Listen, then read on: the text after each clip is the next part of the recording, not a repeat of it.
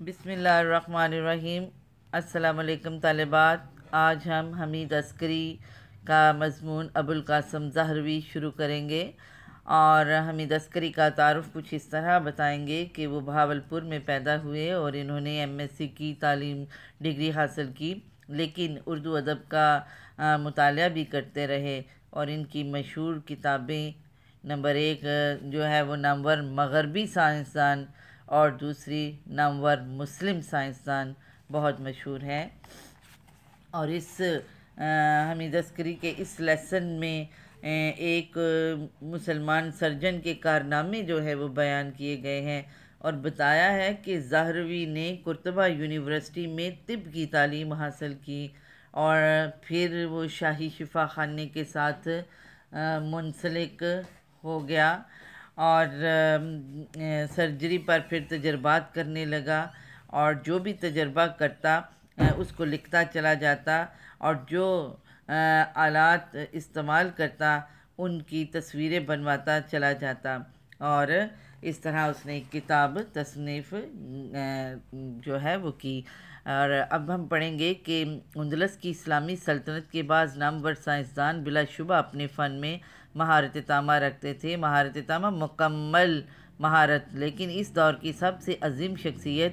جس کے کمال کا لوہا خوبیوں کا اعتراف صدیوں تک اہل مغرب مانتے رہے ہیں، اہل مغرب یورپ والے، ابوالقاسم خلف بن عباس زہروی ہے۔ اندلس کے تمام جو سائنسدان ہیں وہ اپنے فن میں مکمل مہارت رکھتے تھے، لیکن اس دور کی سب سے مشہور شخصیت ابوالقاسم خلف بن عباس زہروی ہیں، اور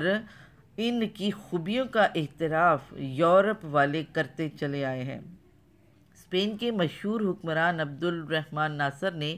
اپنے دارالسلطنت قرطبہ سے 4 میل کے فاصلے پر ایک عظیم الشان محل تعمیر کیا، اور اس کا نام اپنی ملکہ زہرا کے نام پر قصر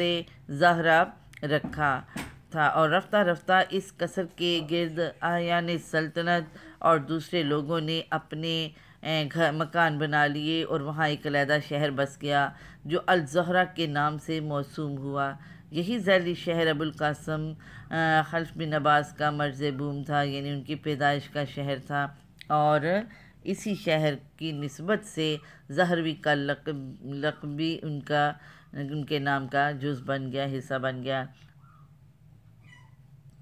اس میں انہوں نے بتایا ہے کہ عبد الرحمن ناصر جو کہ اسپین کا حکمران تھا، اس نے قرطبہ سے 4 میل کے فاصلے پر ایک خوبصورت عالیشان محل بنایا، اور اس محل کا نام اپنی بیوی کے نام پر رکھا جو کہ اس کا نام زہرا تھا، اور پھر اس محل کا نام قصر زہرا رکھا گیا۔ اور پہلے تو وہ بالکل محل ہی تھا وہاں پر، پھر آہستہ آہستہ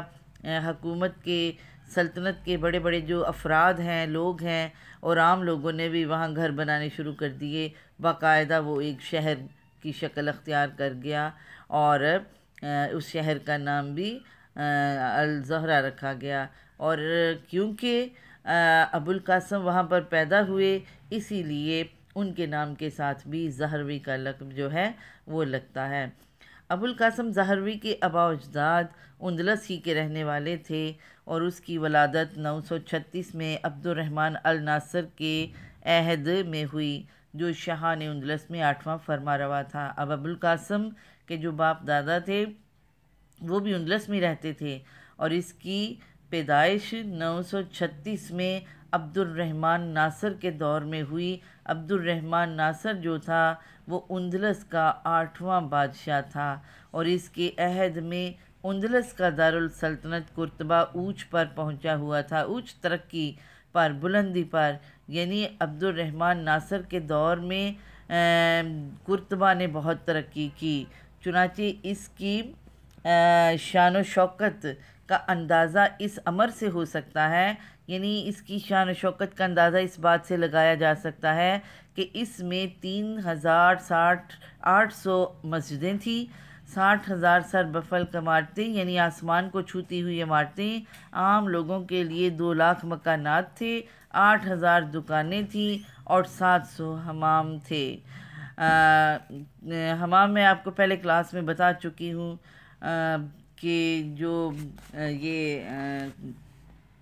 زلف تراش ہوتے ہیں ان کے ساتھ ایک حصہ بنایا جاتا ہے جہاں پر لوگ جو ہیں وہ نہاتے ہیں، غسل کرتے تھے۔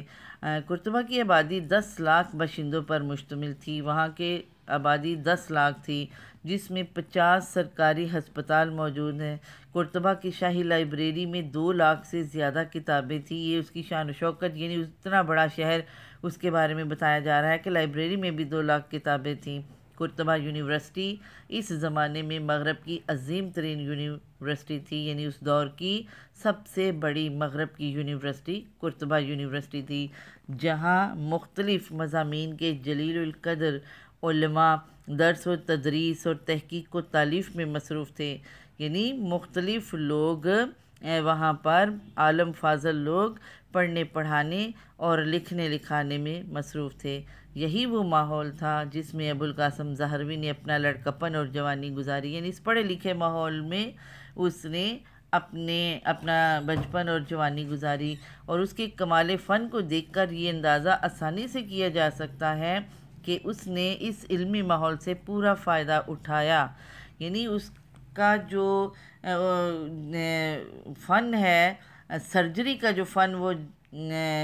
جانتا ہے، اس سرجری کے فن کو دیکھ کر اندازہ لگایا جا سکتا ہے کہ اس نے اس علمی ماحول سے پورا فائدہ اٹھایا، اور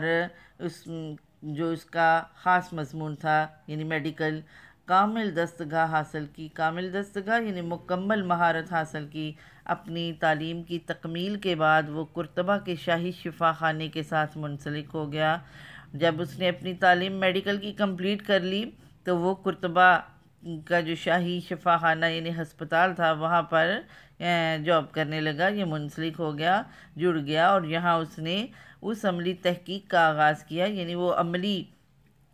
کام شروع کر دیا آپریشن کا، جس نے تھوڑے ہی عرصے میں اس کو جدید علم الجراحت کا موجد ایجاد کرنے والا اور اپنے زمانے کا سب سے بڑا سرجن بنا دیا۔ یعنی قرطبہ شاہی خانے شفا خانے کے ساتھ منسلک ہونے کے بعد اس نے آپریشن کا آغاز کیا، اور تھوڑے ہی عرصے میں وہ علم الجراحت یعنی آپریشن کا موجد بن گیا اور سب سے بڑا سرجن کہلانے لگا۔